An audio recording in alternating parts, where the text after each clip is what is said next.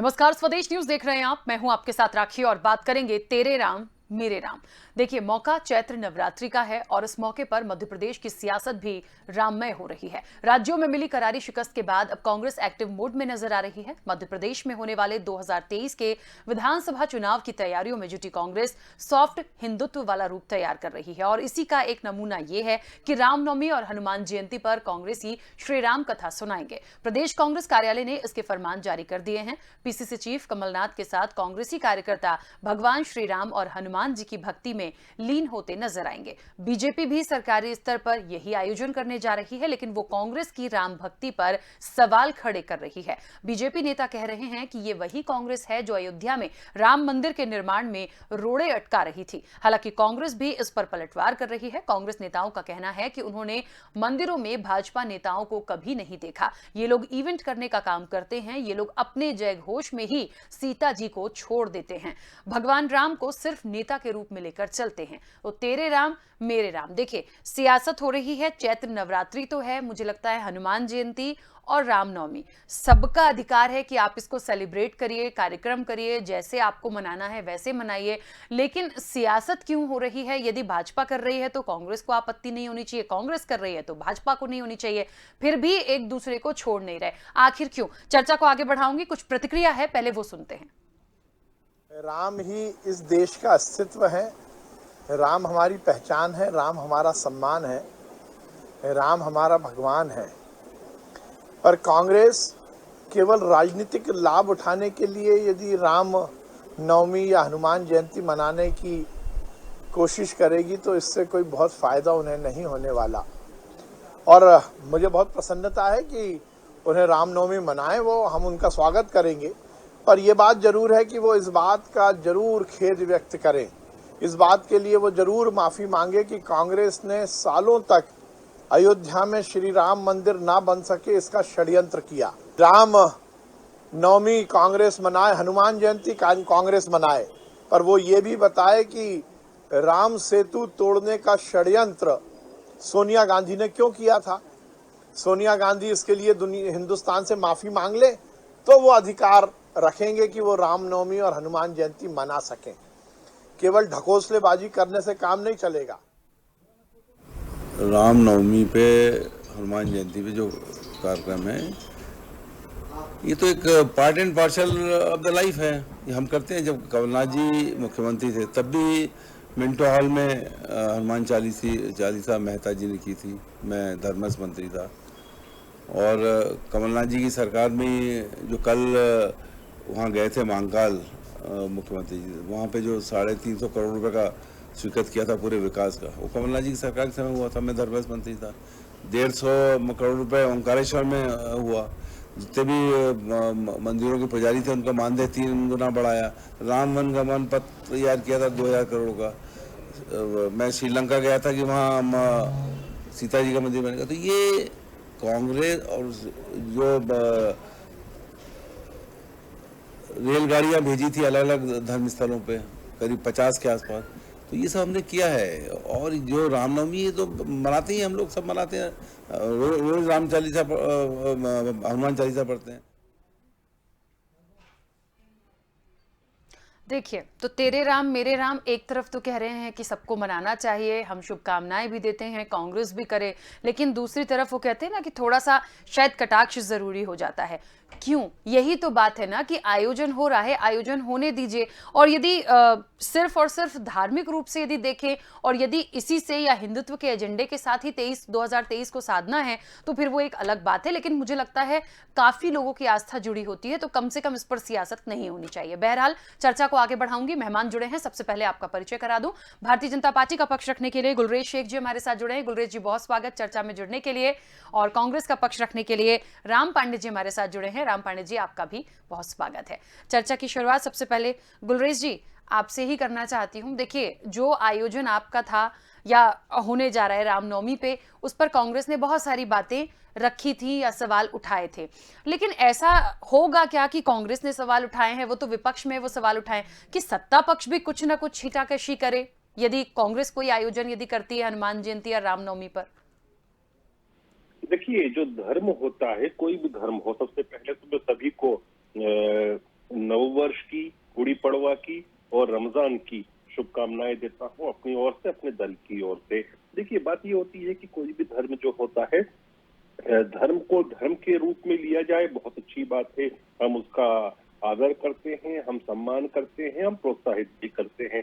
लेकिन धर्म को केवल एक ढकोसला बनाकर, लोगों को दिखाकर, जबकि आपके मन में रावण है और मुंह पे राम है, तो तकलीफ होती है। क्योंकि भारत की जो संस्कृति है ये बेसिकली सच्चाई में विश्वास करती है। और रामचंद्र जी की बात करें तो उनका तो चरित्र ही जो था वो सच्चाई पर आधारित था।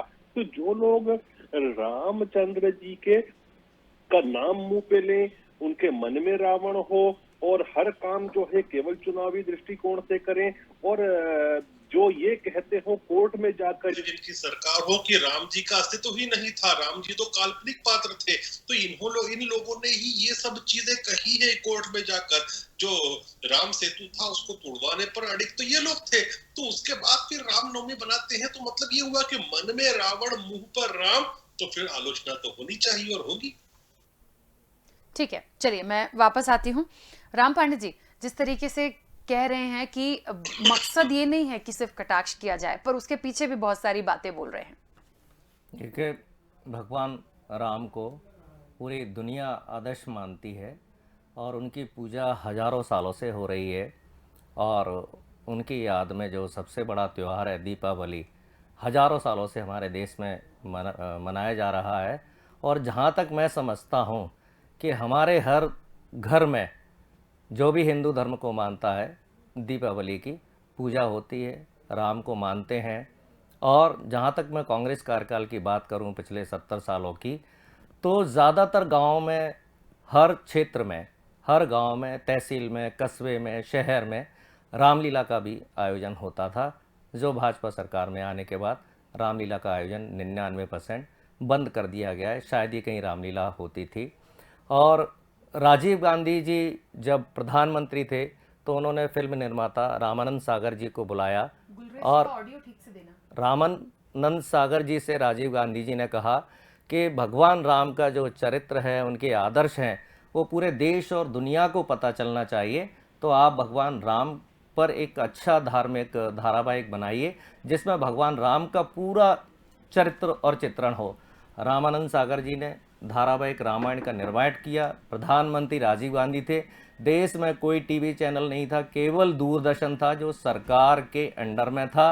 राजीव गांधी जी के कारण वह रामायण सीरियल लगातार कई वर्षों तक दूरदर्शन पर चला और भगवान राम को सही मायने में उस सीरियल के माध्यम से जन जन तक पहुंचाया गया। लोगों ने लाइव राम भगवान को देखा, सीता जी को देखा, लक्ष्मण जी को देखा, सबको उस सीरियल के माध्यम से देखा। यहाँ तक कि कोरोना काल में अभी जो फर्स्ट लॉकडाउन हुआ था, लोग मानसिक रूप से परेशान हो सकते थे, तो मोदी सरकार ने भी यही सोचा कि ये सीरियल सबसे अच्छा है और वही सीरियल कोरोना काल में हमारे देश में सबको दिखाया गया।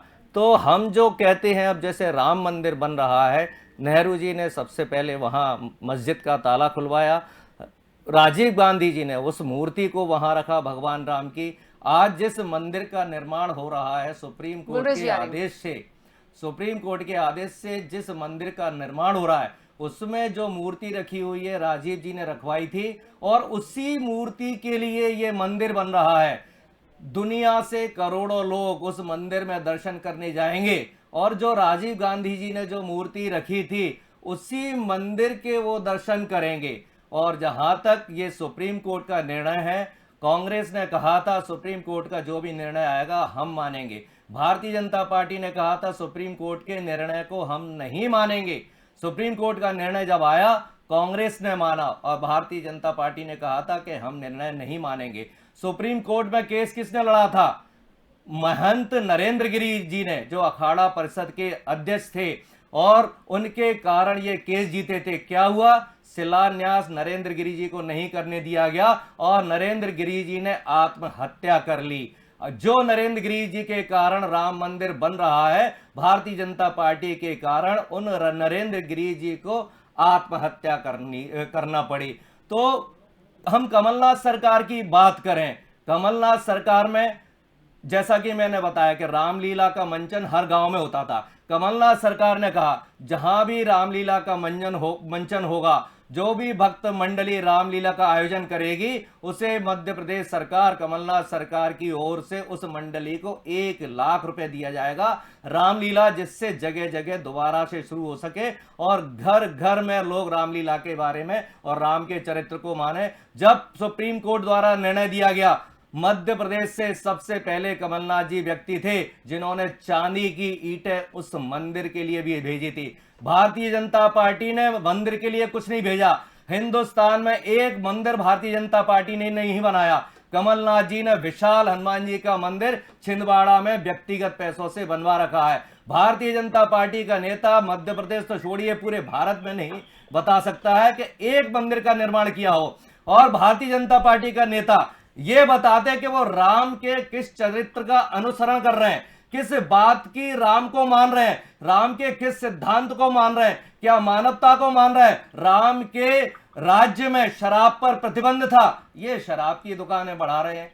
राम के राज्य में जुआ, सट्टा, ड्रग्स, ये सब कुछ बंद था, ये सब चीज को बढ़ावा दे रहे हैं। जेल से कोई अपराधी छूटता है, इनको शर्म नहीं आती है, जय श्री राम के नारे लगाते हैं। तो राम को दिल से भी मानो, दिमाग से भी मानो, अनुसरण करो। और राम ने जो एक आदर्श स्थापित किया है मानवता का और इंसानियत का, वो आदर्श स्थापित करो। और सबसे बड़ी बात है, दूसरों से नफरत करना बंद करो।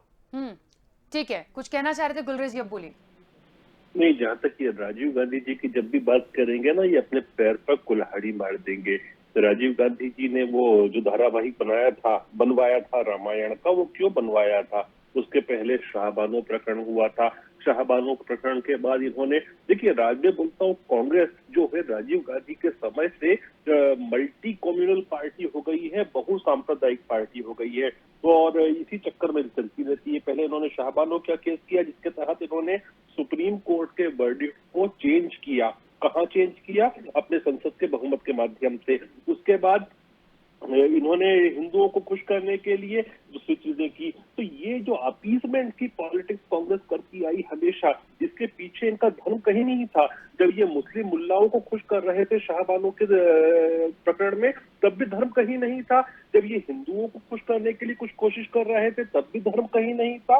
तो हम जो करते हैं, हम धर्म के लिए करते हैं, आस्था के लिए करते हैं, और राम जी के चरित्र को सामने रखते हुए हम अपना विकास करते हैं, देश का विकास करते हैं, क्योंकि उनका अनुसरण करते हैं। ये लोग उनके नाम पे पॉलिटिक्स करते हैं, और आपने देखा ना कि हमेशा इनका नतीजे सिफर आते हैं। राजीव गांधी ने जो कुछ भी किया, क्योंकि उनकी मंशा खराब थी। देखिए, एक बात याद रखिए, धर्म ऐसी चीज होती है जो मंशा से चलती है, आपके राजनीतिक बातों का इच्छा से नहीं चलती। इसीलिए आपने देखा कि 400 से इनका जो ग्राफ था वो कहाँ उतर आया था, सरकार भी इनकी चली गई थी। अभी आप देखिए अभी कांग्रेस की हालत क्या है उत्तर प्रदेश के चुनाव में। इनसे पीछे एक ही पार्टी है जो है AIMIM ओवैसी की पार्टी, और इन दोनों के बीच में कोई है तो नोटा का अस्तित्व है। तो ये तो हालत है कांग्रेस पार्टी की, क्योंकि ये धर्म की बात भी करते हैं, उसमें भी राजनीति लाते हैं, राजनीति में ये वंशवाद लाते हैं। तो हर चीज ही इनका जो चरित्र है ना, वो राम के चरित्र से बिल्कुल विपरीत चरित्र है। इसीलिए इनको जूते पड़ रहे हैं। गुलरेज जी, ऐसा क्यों कहा जा रहा है कि कांग्रेस यदि ये आयोजन जो रामनवमी पे कर रही है या हनुमान जयंती पे कर रही है, सिर्फ लाभ लेने के लिए कर रही है? ऐसे तो कांग्रेस भी कह देती है कि आपके बड़े बड़े आयोजन में सिर्फ भ्रष्टाचार होता है और ज्यादा कुछ नहीं होता है। तो आप लोग भी शायद धार्मिक या हिंदुत्व के एजेंडे को लेकर MP 23 को साधने की तैयारी में है। दोनों तरफ से ऐसी बातें क्यों हो रही? नहीं, देखिए, कुछ चीजें ऐसी होती है जो ऑन रिकॉर्ड होती है। और राखी, आप देखिए कि अल्लामा इकबाल ने राम जी के विषय में कहा था ये इमाम हिंद हैं, लेकिन कांग्रेस ने, जो कि वो हिंदू भी नहीं थे, उनकी आस्था भी नहीं थी, तब भी उन्होंने कहा था कि इमाम हिंद कोई है तो उनका नाम श्री रामचंद्र जी है। लेकिन कांग्रेस ने क्या कहा कि ये तो हाइपोथेटिकल है, तो काल्पनिक है। वो कहाँ जाके कहा? ये कोर्ट के रिकॉर्ड में है ये चीजें। तो आप ये बताइए कि इनकी बात को कैसे माने? इनकी भावना यदि सच भी है तो आपकी यही कमलनाथ मंत्री थे ना जिस सरकार ने ये बात कही थी, यही कमलनाथ मंत्री थे ना जिनके गुणगान गा रहे हैं, जो राम सेतु को तोड़ना चाहती थी, और अंततोगत्वा ये हुआ कि हमारे लोग गए तो सुप्रीम कोर्ट में उसको रोका गया। तो इनकी बातों को कैसे माना जाए? आप बताइए, आपको भरोसा होगा? एक तरफ से तो ये राम की माला जप रहे हैं, दूसरी तरफ से बोलते हैं कि अस्तित्व ही नहीं था। ठीक है, राम पांडे जी अपनी बात रखिए। वही मैंने कहा ना कि राम की हम पूजा करते हैं तो थोड़ा बहुत हमें राम की मान भी लेना चाहिए। पिताजी ने बस इतना कहा था, बेटा घर छोड़ दो, 14 साल के लिए जंगल चले जाओ। सोने का सिंहासन छोड़कर वो जंगल चले गए थे। और आप क्या करते हो?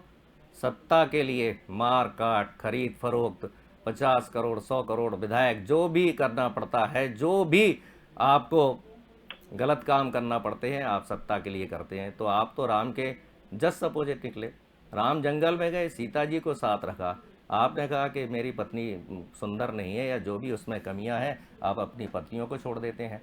और जब हमारे यहाँ धार्मिक आयोजन होता है तो पत्नी को साथ में बिठाया जाता है। आप लोग अपनी पत्नियों को घर छोड़कर आते हैं या परमानेंट छोड़ देते हैं।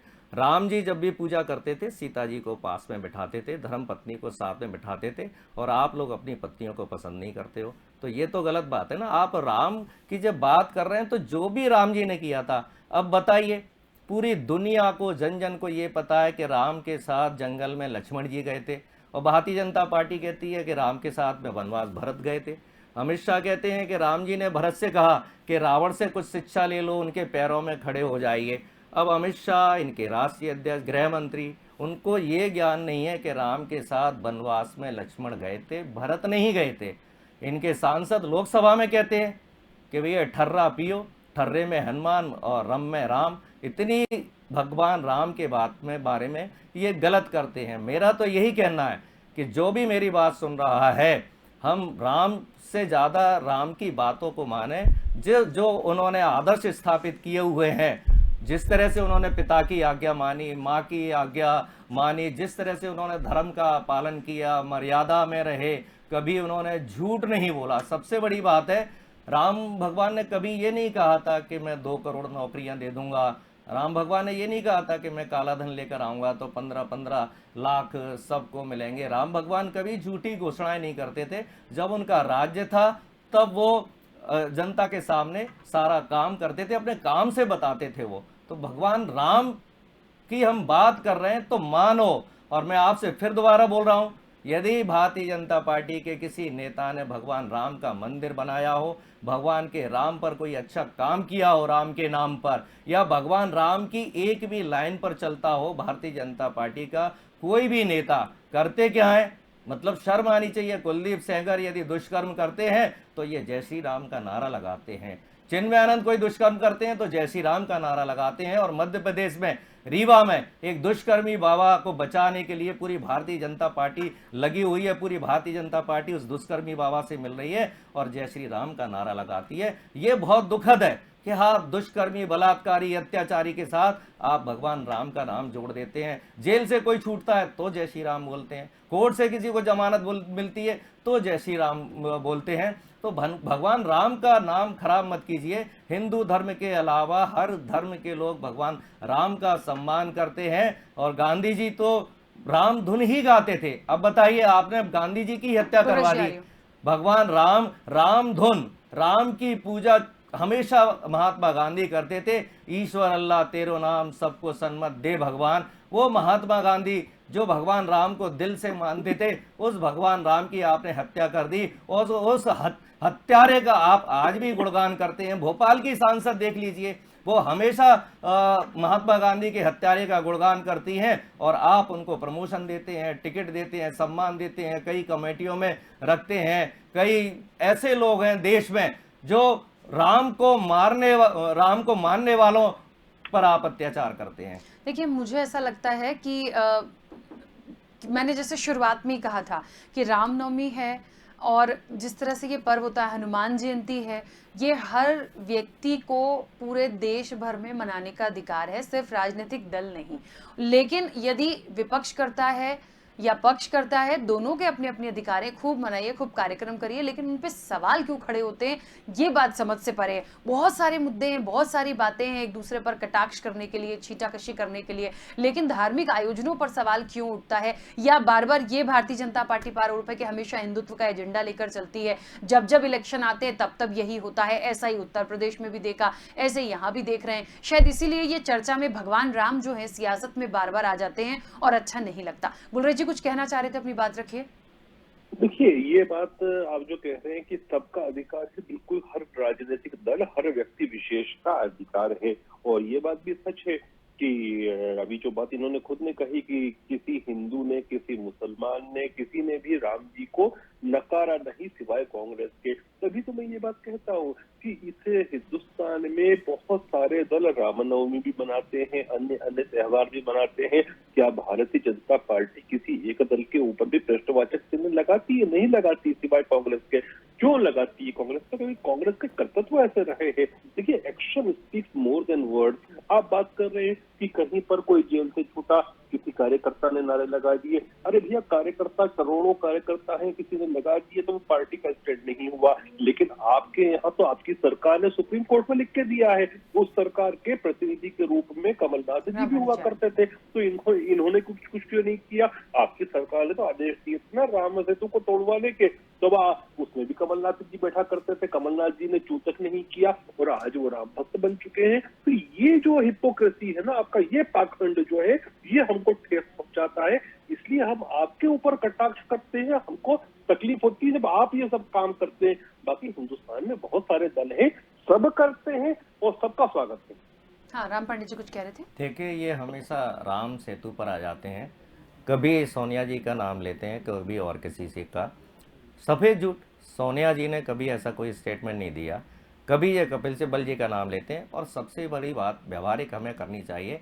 आज भारतीय जनता पार्टी, मोदी सरकार स्वयं चाहती है कि भारत और श्रीलंका की जो दूरी है वो कम हो। जिस प्रोजेक्ट पर काम चल रहा था, जहां आज 2 दिन लगते हैं श्रीलंका पहुंचने में, यदि वो काम कंप्लीट हो जाता तो श्रीलंका पहुंचने में 2 घंटे लगते। तो आज भारतीय जनता पार्टी भी उसी प्रोजेक्ट पर काम करना चाह रही है। सुप्रीम कोर्ट से अभी तक वो स्टेटमेंट भारतीय जनता पार्टी, मोदी की सरकार ने वापस नहीं लिया है। गले की हड्डी बन गया है मोदी सरकार की वो प्रोजेक्ट, क्योंकि उस प्रोजेक्ट पर मोदी सरकार भी जाना चाहती है, जिससे श्रीलंका और हिंदुस्तान के अंदर व्यापारिक गतिविधियां बढ़ेंगी, समय कम लगेगा। जहां 2 दिन पहुंचने में श्रीलंका लगते हैं, वहां 2 घंटे में पहुंच जाएंगे। तो इसलिए ये जो मुंह चलाने से कुछ नहीं होता है, थोड़ा सा दिमाग का उपयोग कीजिए कि सुप्रीम कोर्ट में किस आधार पर क्या लिखा था, कैसे लिखा था। राम सेतु के बगल से रास्ता निकलेगा, ऊपर से निकलेगा, नीचे से निकलेगा। जब प्रोजेक्ट बनता है, कांग्रेस ने मुंबई में पानी के अंदर ट्रेन चला दी है, जो आप सोच नहीं सकते हैं। तो उस पुल के नीचे से भी हवाई प्लेन निकल सकते थे और ऊपर से भी जहाज निकल सकते थे।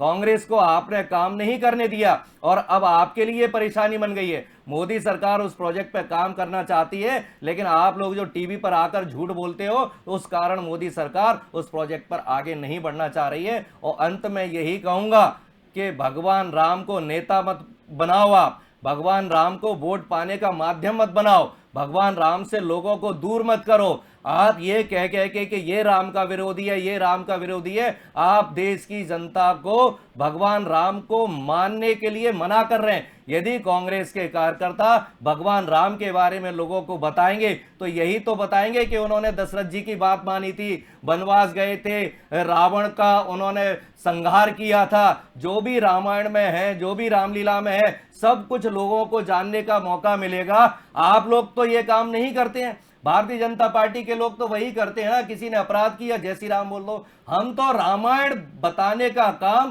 कांग्रेस के कार्यकर्ता करने जा रहे हैं और आप उसको रोकने का काम कर रहे हैं। मतलब भगवान राम की लीला भी लोगों तक नहीं पहुंचे, ये आप काम करने जा रहे हैं। तो कहां मानते हैं आप भगवान राम को?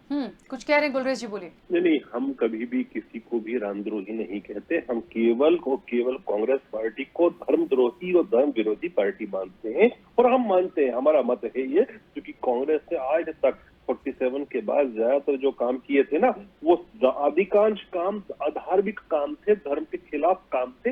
इसलिए हम इनके जो बातें हैं उसको पसंद नहीं करते। बाकी हिंदुस्तान की सारी पार्टी जो है वो धर्म को फॉलो करती हैं, अपनी पूजा अर्चना करती हैं, इबादत करती हैं। हम सबका स्वागत करते हैं, तहे दिल से स्वागत करते हैं। और हमारी पार्टी ने राम नहीं बोल, फिर मैं बोल रहा हूँ, नई बात पकड़ेंगे, राम से मैं कंपेयर नहीं कर रहा हूँ, लेकिन राम जैसे चरित्र वाले हमने प्रधानमंत्री दिए, हमने लक्ष्मण जैसे चरित्र वाले गृह मंत्री दिए हैं। और गृह मंत्री को ये नहीं पता है वनवास कौन गया था। गुलरेज जी, गृह मंत्री ये कहते हैं भरत गए थे।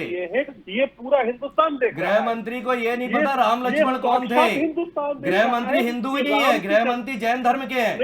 गृह मंत्री हिंदू नहीं है, गृह मंत्री जैन धर्म के हैं। गृह मंत्री हिंदू नहीं है गुलरेज जी, इसलिए उनको नहीं पता राम और लक्ष्मण कौन थे। वो कहते हैं भरत जी गए थे जंगल में, भरत जी वनवास में गए थे, भरत जी ने रावण से शिक्षा ली थी। अमित शाह जी जैन धर्म के, हिंदू धर्म के नहीं है। आप ये मिक्सिंग मत करो, उन्हें नहीं पता, उनको यही नहीं पता राम और लक्ष्मण कौन थे। उन्हें आप बताइए गुलरेज सेठ जी, आप उन्हें बताइए राम और लक्ष्मण कौन थे जी। और थोड़ा सा जिन्होंने मंदिर निर्माण के लिए काम किया था, विनय कटियार, प्रवीण तोगड़िया, उमा भारती, लालकृष्ण आडवाणी, मुरली मनोहर जोशी, इनका आपने क्या कर रखा है? बेचारे कहीं मुंह दिखाने लायक नहीं है। राम मंदिर के शिलान्यास में इनको नहीं बुलाया। कहाँ है उमा भारती, कहाँ तोगड़िया है, कहाँ विनय कटियार है? इन लोगों को आप पूछ ही नहीं रहे।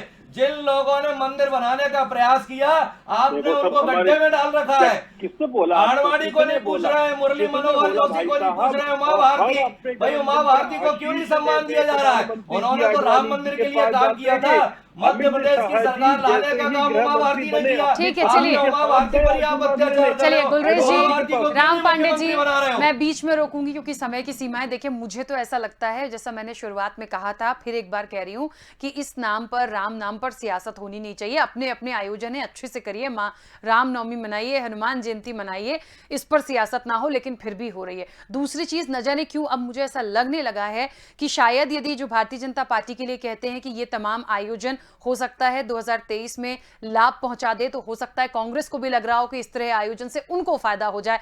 बहरहाल जो भी है, जनता बहुत समझदार है। सिर्फ धर्म के नाम पर वोट नहीं मिलते हैं, काम भी करना होता है, विकास भी करना होता है, और भी मुद्दे होते हैं। फिलहाल समय की सीमा है। आप दोनों का बहुत शुक्रिया इस चर्चा में जुड़ने के लिए।